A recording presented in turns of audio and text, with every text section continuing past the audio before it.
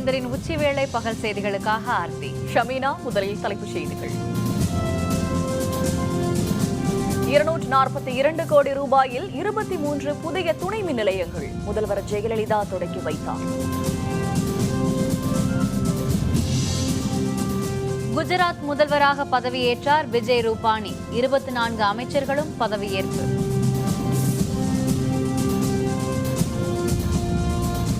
நடுக்கடலில் ராமேஸ்வரம் மீனவர்கள் விரட்டியடிப்பு. இலங்கை கடற்படை அட்டூழியம்.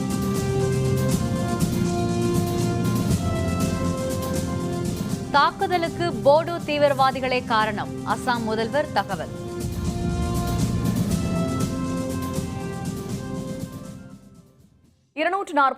கோடியே 26 லட்சம் ரூபாய் மதிப்பீட்டில் நிறுவப்பட்டுள்ள 23 துணை மின் நிலையங்களை முதல்வர் ஜெயலலிதா திறந்து வைத்தார். சேலம் மாவட்டம் சிங்கபுரம், காஞ்சிபுரம் மாவட்டம் கேளம்பாக்கம், திருவள்ளூர் மாவட்டம் தேர்வாய்கண்டிகை, திருப்பூர் மாவட்டம் கடையூர், ஈரோடு மாவட்டம் பெருந்தூர், மதுரை மாவட்டம் வாழந்தூர், தூத்துக்குடி மாவட்டம் சன்னதபுதுக்குடி உள்ளிட்ட 23 இடங்களில் நிறுவப்பட்டுள்ள துணை மின் நிலையங்களை முதல்வர் ஜெயலலிதா காணொலி மூலம் திறந்து வைத்தார். இதேபோல தமிழ்நாடு மின் உற்பத்தி மற்றும் பகிர்மான கழகத்தின் இணையதளம் வாயிலாக பொதுமக்கள் தங்கள் வீடு மற்றும் இதர தாழ்வழுத்த புதிய மின் இணைப்பு பெறும் சேவையையும் முதல்வர் துவக்கி வைத்தார். குஜராத் மாநிலத்தின் புதிய முதல்வராக விஜய் ரூபானியும் துணை முதல்வராக நிதின் பட்டேலும் அவர்களுடன் 24 அமைச்சர்களும் பதவியேற்றனர். குஜராத் மாநில முதல்வராக இருந்த ஆனந்திபென் பட்டேல் ராஜினாமா செய்ததை அடுத்து புதிய முதல்வராக விஜய் ரூபானியும் துணை முதல்வராக நிதின் பட்டேலும் தேர்வு செய்யப்பட்டனர். மாநில ஆளுநர் OP கோஹ்லியை சந்தித்து ஆட்சியமைக்க அவர்கள் உரிமை கோரியிருந்த நிலையில் இன்று பதவியேற்பு விழா காந்தி நகரில் உள்ள மகாத்மா காந்தி மந்திர் பகுதியில் நடைபெற்றது. புதிய முதல்வராக விஜய் ரூபானியும் துணை முதல்வராக நிதின் பட்டேலும் அவர்களோடு 24 அமைச்சர்கள் கொண்ட அமைச்சரவையும் பதவியேற்றது. ஆளுநர் OP கோஹ்லி அவர்களுக்கு பதவி பிரமாணம் செய்து வைத்தார். பதவியேற்பு விழாவில் பாரதிய ஜனதா மூத்த தலைவர் LK அத்வானி, மத்திய நிதியமைச்சர் அருண்ஜேட்லி மற்றும் ராஜஸ்தான் மாநில முதல்வர் வசுந்தரா ராஜே சிந்தியா உள்ளிட்டோர் பங்கேற்றனர். વિજયભાઈ રમણીકલાલ રૂપાણી ઈશ્વરના નામે સોગંદ લઉં છું કે કાયદાથી સ્થાપિત ભારતના સંવિધાન પ્રત્યે હું સાચી શ્રદ્ધા અને નિષ્ઠા ધરાવીશ.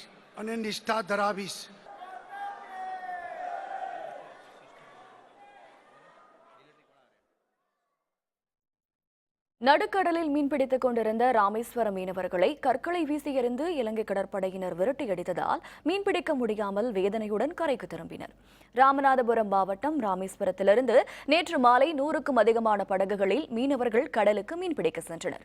கட்சித்தீவு அருகே அவர்கள் மீன்பிடித்துக் கொண்டிருந்த பொழுது அங்கு வந்த இலங்கை கடற்படையினர் எல்லை தாண்டி வந்ததாக கூறி அவர்கள் மீது கற்களையும் பாட்டில்களையும் வீசி எறிந்து தாக்குதலில் ஈடுபட்டனர். மீனவர்களின் படகுகளில் இருந்த வலைகளை அறுத்தெறிந்த இலங்கை கடற்படையினர் மீனவர்கள் பிடித்து வைத்திருந்த மீன்களையும் அள்ளிச் சென்றனர். அதனையடுத்து மீனவர்கள் வேதனையுடன் கரைக்கு திரும்பினர். இலங்கை கடற்படையினரின் அட்டூழியத்திற்கு முடிவு கட்ட மத்திய மாநில அரசுகள் நடவடிக்கை எடுக்க வேண்டும் என்று மீனவர்கள் கோரிக்கை விடுத்துள்ளனர். இன்னைக்கு மீன் பிடிக்க போன மீனவன் கூட இன்னைக்கு விரட்டி அடிக்கப்பட்டு பல ஆயிரம் ரூபாய் நஷ்டத்தில் இன்னைக்கு திரும்பி வந்திருக்கான். டீசல் காசு குடிக்க முடியாம ரொம்ப குறைவான படகுகள் இன்னைக்கு மீன் பிடிக்க போச்சு. போன படகு எல்லாமே நஷ்டத்தில் திரும்பி வந்திருக்கு. எங்களுக்கு இந்த மீன்பிடி தொழிலுக்கு ஒரு நிரந்தர பாதுகாப்பு கொடுங்க, எங்களுக்கு பாரம்பரியத்தில் மீன் பிடிக்கிற உரிமையை மீட்டுத்தாங்கன்னு மத்திய மாநில அரசுகளுக்கு பலமுறை கோரிக்கை வச்சு எங்களுடைய பிரச்சனை இன்னைக்கு ஒரு கேள்விக்குறியான பிரச்சனையா ஒரு காணல் நீரா வாழ்ந்துகிட்டு இருக்காங்க. இலங்கை நேவி இன்னைக்கு 4 நேவி 5 நேவி படகுகளை விரட்டி அடிச்சு வலைகளை வெட்டி விட்டு ரொம்ப சித்திரவதை போட்டு அவளையும் கரையை சேர்ந்துருக்காங்க. ஒவ்வொரு படகுக்கு 20,000, 30,000, 50,000 வரைக்கும் நஷ்டம் இருக்கு. அது இந்த வலை கயிறெல்லாம் விட்டுட்டு வந்தவங்களுக்குலாம் 1 லட்ச ரூபா வரைக்கும் நஷ்டம் இருக்கு. இந்த நிலை எப்போ மாறி ராமேஸ்வரம் பகுதியில் மீனவர்கள் சுபிச்சமாக வாழப்போறான்னு தெரியல எங்களுக்கு. இதுக்கு மத்திய மாநில அரசுகள் உடனே நடவடிக்கை எடுத்து இந்த மீனவர்கள் வாழ்வாதாரத்தை காக்கிறது கேட்டுக்கிறோம். அசாம் மாநிலம் கோக்ரஜாரில் சந்தை பகுதியில் கடந்த வெள்ளியன்று தீவிரவாதிகள் தாக்குதல் நடத்திய இடத்தில் மாநில முதல்வர் சர்பானந்த சோனோவால் ஆய்வு செய்தார். கோக்ரஜாரில் ஆய்வு நடத்திய அவர் பின்னர் செய்தியாளர்களுடன் பேசுகையில் தாக்குதல் சம்பவம் தொடர்பாக கடுமையான நடவடிக்கை எடுக்கப்படும் என்று தெரிவித்தார். இந்த சம்பவத்தில் போடோலாந்து தீவிரவாதிகளின் முக்கிய தலைவர் ஒருவர் ஈடுபட்டிருப்பதாக அப்போது அவர் தெரிவித்தார். அவர்களை பற்றிய தெளிவான ஆதாரங்கள் சம்பவ இடத்தில் கிடைத்திருப்பதாகவும் அவர் மேலும் தெரிவித்தார். Whatever information and whatever evidence we have collected so far, it is distinct proof that NDAB is behind this killing. we are still conducting our search operation, and whoever is involved behind this scene, everybody will be brought to the book.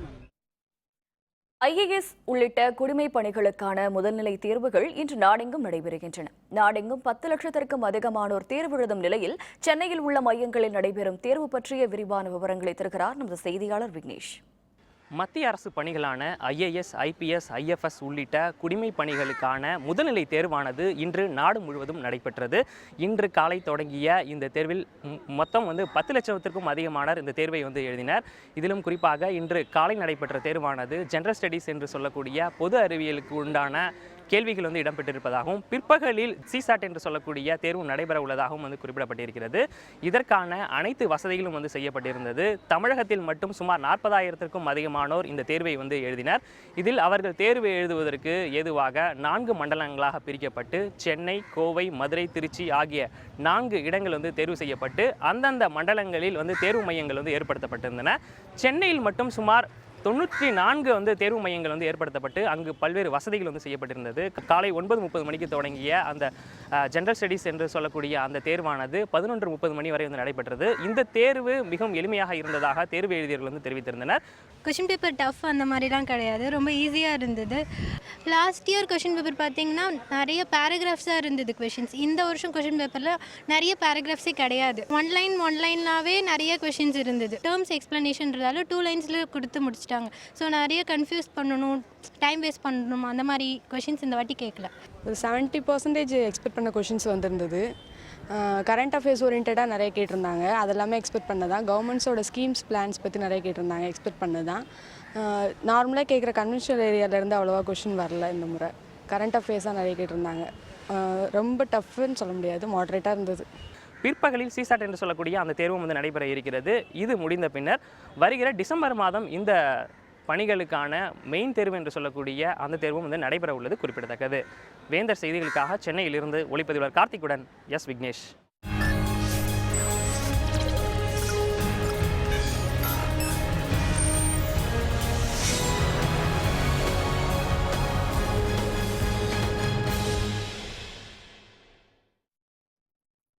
Rio ஒலிம்பிக்கில் இன்று நடைபெறும் வில்வித்தை, gymnastic, மகளிர் hockey மற்றும் துப்பாக்கிச் சுடுதல் உள்ளிட்ட போட்டிகளில் இந்திய வீரர் வீராங்கனைகள் பங்கேற்கின்றனர். ரியோ ஒலிம்பிக் போட்டிகள் தொடங்கியுள்ள நிலையில் இந்திய வீரர்கள் 2வது நாளாக பல்வேறு போட்டிகளில் பங்கேற்கின்றனர். மாலை 6:45 மணிக்கு நடைபெறும் மகளிர் வில்வித்தை போட்டியின் காலிறுதி சுற்றுக்கு முந்தைய சுற்றில் இந்திய, கொலம்பிய அணிகளுக்கு இடையிலான போட்டி நடைபெறுகிறது. மகளிர் ஜிம்னாஸ்டிக் போட்டியின் ஆஸ்டிக் பிரிவுக்கான தகுதிச் சுற்று மாலை 6:15 மணிக்கு நடைபெறும் போட்டியில் இந்திய வீராங்கனை தீபா கர்மாகர் பங்கேற்கிறார். இந்தியா, ஜப்பான் அணிகளுக்கு இடையிலான மகளிர் பிரிவு ஹாக்கி போட்டி இன்று இரவு 7:30 மணிக்கு நடைபெறுகிறது. துப்பாக்கிச் சுடுதல் போட்டிகளில் மகளிருக்கான 10 மீட்டர் ஏர் பிஸ்டல் பிரிவுக்கான தகுதிச் சுற்று போட்டியில் மாலை 5:30 மணிக்கு இந்தியாவின் ஹீனா சித்து பங்கேற்கிறார். இறுதி சுற்று போட்டி இரவு 7:30 மணிக்கு நடைபெறுகிறது. ஆடவருக்கான துப்பாக்கிச் சுடுதல் போட்டிகளில் டிராப் பிரிவுக்கான தகுதிச் சுற்று போட்டியில் இந்தியாவின் கிலான் ஜனாப், மானவ்ஜித் சிங் சந்து ஆகியோர் பங்கேற்கும் போட்டிகள் இன்று மாலை 6 மணிக்கு நடைபெறுகின்றன. ரியோ ஒலிம்பிக்கில் பெண்களுக்கான 400 மீட்டர் நீச்சல் போட்டியில் ஹங்கேரி வீராங்கனை புதிய சாதனை படைத்து தங்கப்பதக்கம் வென்றார். ரியோ ஒலிம்பிக் போட்டியில் 400 மீட்டர் மெட்லே பிரிவில் ஹங்கேரி வீராங்கனை சுதின்கா ஹோஸ்ஜோ புதிய சாதனை படைத்துள்ளார். 4 நிமிடம் 26 நொடிகளில் இலக்கை அடைந்த அவர் நீச்சல் தனிப்பிரிவில் தங்கம் வெல்வது இது 4வது முறையாகும்.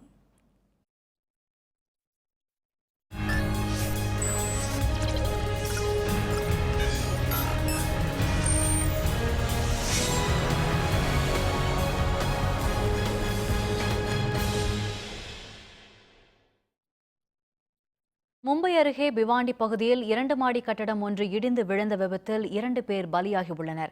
பிவாண்டி அருகே அனுமன் கேத்ரி பகுதியில் 2 அடுக்கு மாடி கட்டடத்தில் பல்வேறு குடியிருப்புகள் இருந்தன. தொடர்ந்து பெய்த மழை காரணமாக அந்த கட்டடம் திடீரென்று இடிந்து விழுந்தது. இந்த விபத்தில் 2 பேர் பலியாகினர். இடிபாடுகளுக்குள் சிக்கியிருந்த 4 பேர் பத்திரமாக மீட்கப்பட்டனர். இடிபாடுகளுக்குள் மேலும் பலர் சிக்கியிருப்பதை அடுத்து பலி எண்ணிக்கை மேலும் உயரும் என்று அஞ்சப்படுகிறது. சிக்கியிருப்போரை மீட்கும் பணியில் காவல்துறையினரும் தீயணைப்பு மீட்பு படையினரும் ஈடுபட்டுள்ளனர். புளியரை அருகே புலி தாக்கி 5 ஆடுகள் பலி. கிராம மக்கள் அச்சம். விவரம் விளம்பர இடைவேளைக்கு பிறகு.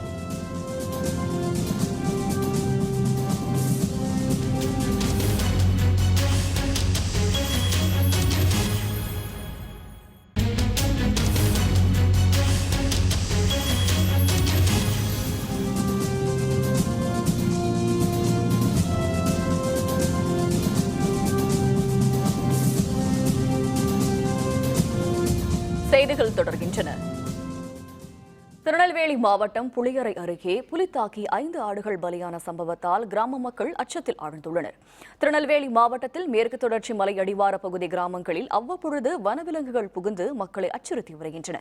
இந்நிலையில் புளியரையை அடுத்த கோட்டைவாசல் கடம்பன்பாறை பகுதியில் நேற்று நள்ளிரவில் புகுந்த புலி ஒன்று ஜோன்ஸ் என்பவரின் வீட்டின் முன் கட்டி போட்டிருந்த 5 ஆடுகளை அடித்துக் கொன்றது. நேற்று நைட்டு 5 ஆடு, ஒரு ஜோசுங்க கூடிய ஒரு 5 ஆடு வச்சுருந்தாரு. அந்த 5 ஆடை புலி தூக்கிட்டு போயிட்டு 200-250 குடும்பக்காரங்க இங்கே இருக்காங்க. அதாவது கொல்லம் திருமங்கலம் தேசிய பாதை வேறு, நெடுஞ்சாலை வேறு. அந்த ரோடு சைடில் நைட்டு காலகட்டங்களில் கூட புலி இறங்கி வருது. பொம்பளைகளுக்கு வெளியே இறங்குறதுக்கே கொஞ்சம் பயமாக இருக்குது. புலி கொண்டு வச்சு எவ்வளோ சீக்கிரமாக அந்த புலியை பிடிக்க முடியுமோ பிடிச்சா கொஞ்சம் நல்லாயிருக்கும். கோயம்புத்தூரில் நடைபெற்று வரும் குடிமைப் பணிகளுக்கான முதல்நிலை தேர்வினை 9,000க்கும் அதிகமானோர் எழுதுகின்றனர். கோயம்புத்தூர், ஈரோடு, திருப்பூர், நீலகிரி, சேலம் ஆகிய மாவட்டங்களைச் சேர்ந்தவர் தேர்வு எழுத கோவை நகர பகுதியில் 19 மையங்கள் அமைக்கப்பட்டுள்ளன. 26 மாற்றுத்திறனாளிகள் உள்ளிட்ட 9,464 பேர் தேர்வு எழுதுகின்றனர். 19 தேர்வு மையங்களிலும் 700க்கும் அதிகமான ஊழியர்கள் பணியமர்த்தப்பட்டுள்ளனர். தேர்வு நடைபெறும் மையங்களில் மாவட்ட ஆட்சியர் நேரில் ஆய்வு செய்தார். இதேபோல் புதுச்சேரியில் IAS உள்ளிட்ட குடிமைப் பணிகளுக்கான முதல்நிலை தேர்வுகள் 9 மையங்களில் நடைபெறுகிறது. புதுச்சேரி லாஸ்பேட்டையில் உள்ள தனியார் கலைக்கல்லூரி, விவேகானந்தா மேல்நிலைப் பள்ளி, பெண்கள் தொழில்நுட்ப கல்லூரி என 9 மையங்களில் இந்த தேர்வுகள் நடைபெறுகின்றன. காலை மற்றும் பிற்பகல் என 2 கட்டங்களாக தேர்வு நடைபெறுகிறது. 3,776 பேர் தேர்வினை எழுதுகின்றனர். தேர்வு எழுதுவோர் வசதிக்காக சிறப்பு பேருந்து ஏற்பாடுகள் செய்யப்பட்டுள்ளன. மதுரையில் கழிவுநீர் தொட்டியை சுத்திகரிக்கும் பொழுது விஷவாயு தாக்கி பலியான தொழிலாளியின் குடும்பத்திற்கு நிவாரணம் வழங்க கோரி பல்வேறு அமைப்புகள் சார்பில் மறியல் போராட்டம் நடைபெற்றது. மதுரை மாநகராட்சி ஒப்பந்த பணியாளரான சோலைநாதன் என்பவர் நேற்று தனியார் அடுக்குமாடி குடியிருப்பில் கழிவுநீர் அடைப்பை நீக்கும் பணியின் பொழுது விஷவாயு தாக்கி பலியானார். பலியானவரின் குடும்பத்திற்கு உரிய நிவாரணம் வழங்குவதுடன் பாதுகாப்பற்ற பணியில் ஈடுபடுத்தியவர்கள் மீது நடவடிக்கை எடுக்க வலியுறுத்தியும் பல்வேறு அமைப்புகள் சார்பில் பெரியார் பேருந்து நிலையம் அருகே மறியல் நடைபெற்றது. சுமார் 200க்கும் அதிகமானோர் பங்கேற்ற மறியல் காரணமாக அந்த பகுதியில் சில மணி நேரம் போக்குவரத்து நெரிசல் ஏற்பட்டது.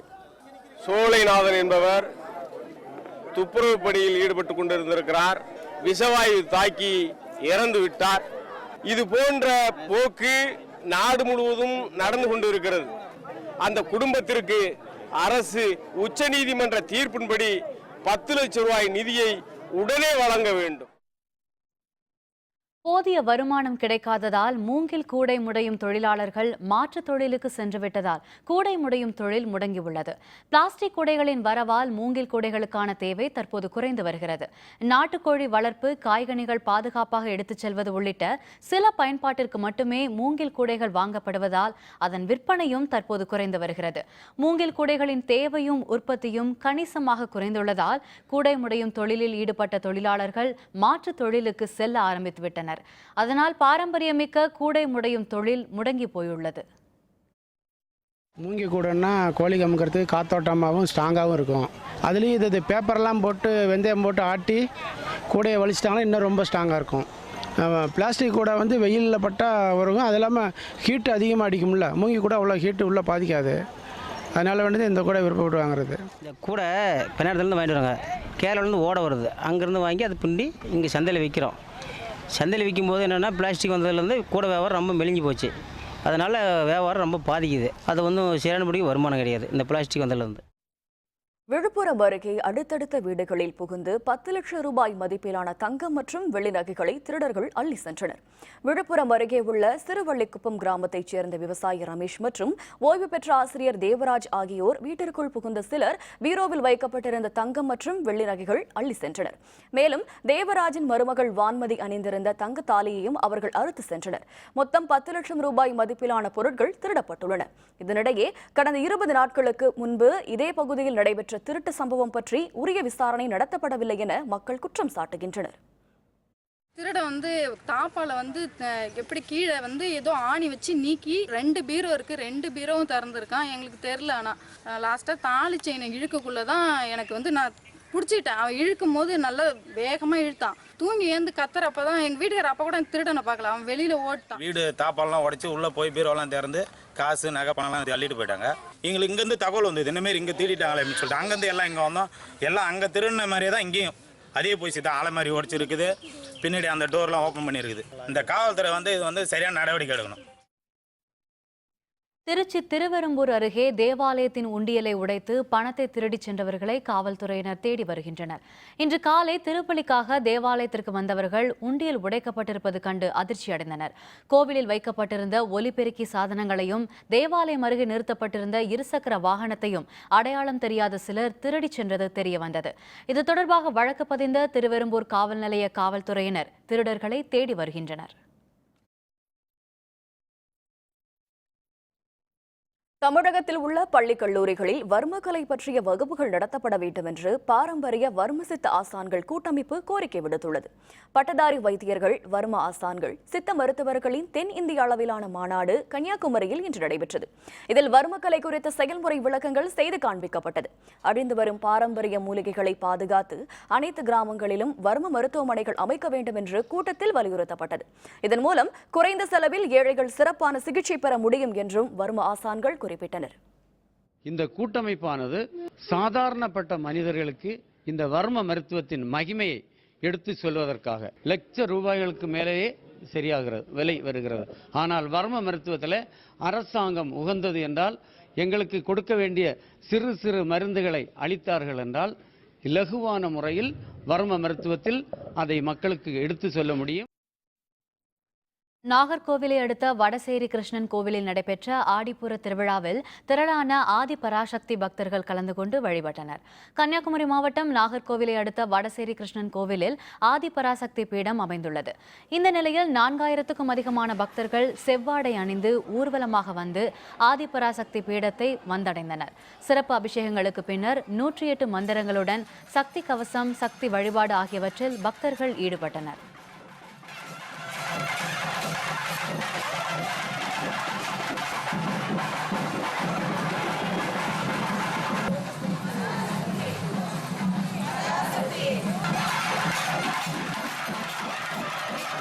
வருஷம் இந்த கஞ்சி கலசம் நாங்கள் எல்லாரும் எடுப்போம். நிறைய மாவட்டங்களிலிருந்து ஆயிரக்கணக்கான பக்தர்கள், பெண்கள் மற்றும் ஆண்கள் எல்லாரும் எடுப்பாங்க. இந்த கஞ்சி கலசத்தை எடுத்துக்கிட்டு நாங்கள் கோயிலுக்கு போய் அம்மனுக்கு படைச்சிக்கிட்டு அதுக்கப்புறம் நாங்கள் அதை வீட்டுக்கு எடுத்துகிட்டு போவோம். விநாயகர் சதுர்த்தி விழாவுக்கென சேலத்தில் பல்வேறு வடிவங்களில் விநாயகர் சிலைகள் செய்யும் பணிகள் முனைப்புடன் நடைபெற்று வருகின்றன.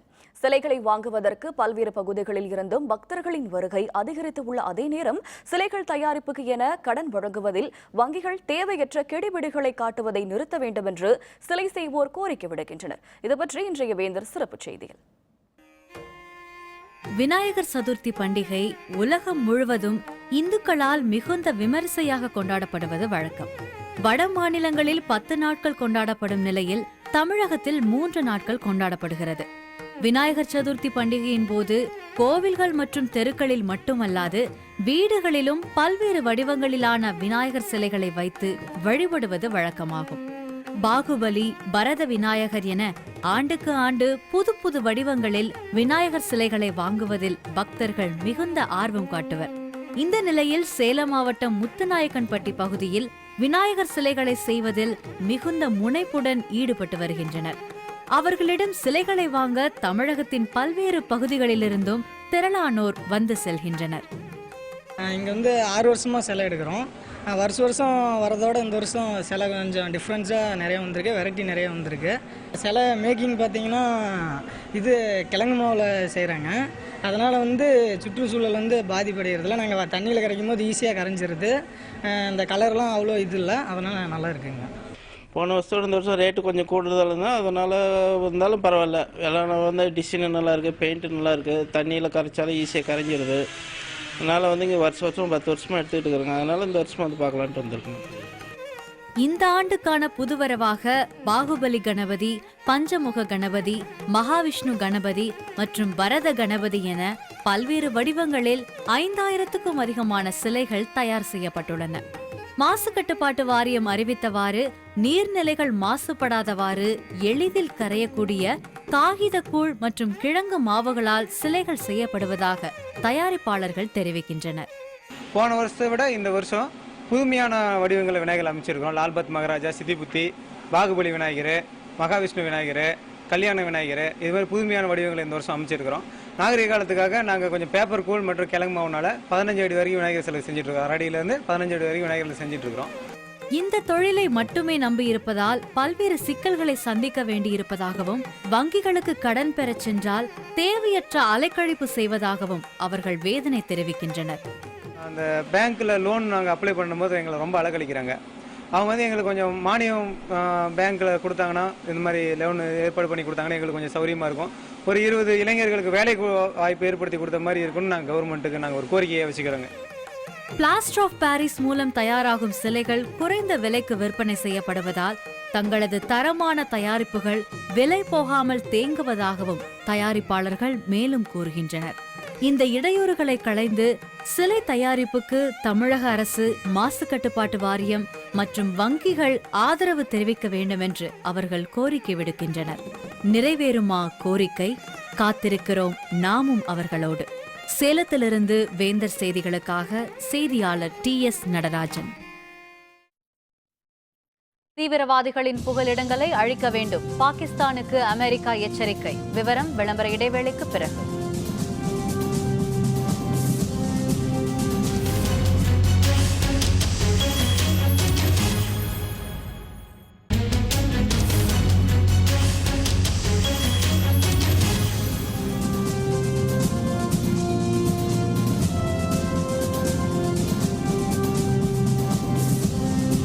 செய்திகள் தொடர்கின்றன.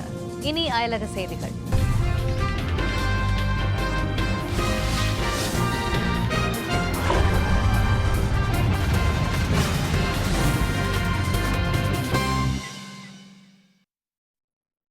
பாகிஸ்தான் தனது நாட்டில் உள்ள அனைத்து தீவிரவாதிகளின் புகலிடங்களையும் மூட வேண்டும் என்று அமெரிக்கா எச்சரிக்கை விடுத்துள்ளது. அமெரிக்காவின் உள்துறை அமைச்சகம் இதனை தெரிவித்துள்ளது. தீவிரவாத இயக்கங்களுக்கு எதிரான நடவடிக்கையில் குறிப்பிட்ட இயக்கங்களை மட்டும் கருத்தில் கொள்ளாமல் அண்டை நாடுகள் மீது தாக்குதல் நடத்தும் அமைப்புகளையும் தடுப்பதில் கவனம் செலுத்த வேண்டும் என கூறியுள்ளது. தீவிரவாதிகளின் அனைத்து பாதுகாப்பு புகலிடங்களையும் அவர்கள் நிபந்தனையற்ற கால வரையறைக்குள் மூட வேண்டும் என்று அந்நாட்டு அரசின் உயர்மட்ட அளவில் எடுத்துக் கூறியுள்ளதாக தெரிவிக்கப்பட்டுள்ளது. இந்தியா, பாகிஸ்தான் நாடுகளில் உள்ள தீவிரவாத அச்சுறுத்தலை எதிர்கொள்ள அந்த இரு நாடுகளும் மிக நெருங்கிய ஒத்துழைப்புடனும் நம்பிக்கையுடனும் இருக்க வேண்டும் என்று அமெரிக்கா பரிந்துரைப்பதாகவும் கூறப்பட்டுள்ளது.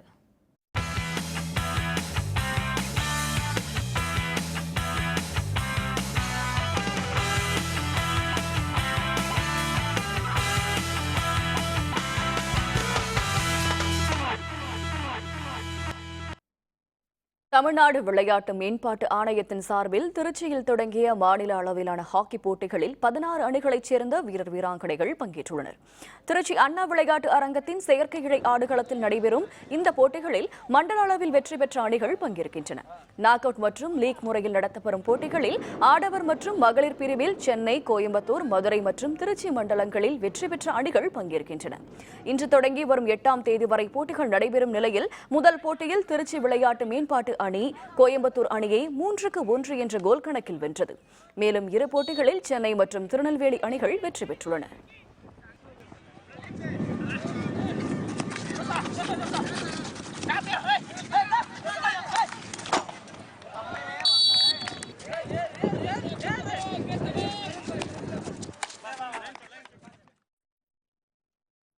மீண்டும் தலைப்புச் செய்திகள்.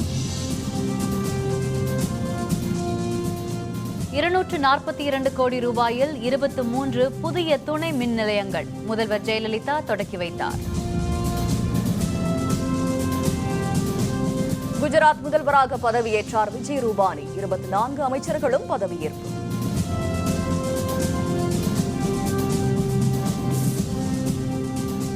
நடுக்கடலில் ராமேஸ்வரம் மீனவர்கள் விரட்டியடிப்பு, இலங்கை கடற்படை அட்டூழியம். தாக்குதலுக்கு போடோ தீவிரவாதிகளை காரணம், அஸ்ஸாம் முதல்வர் தகவல்.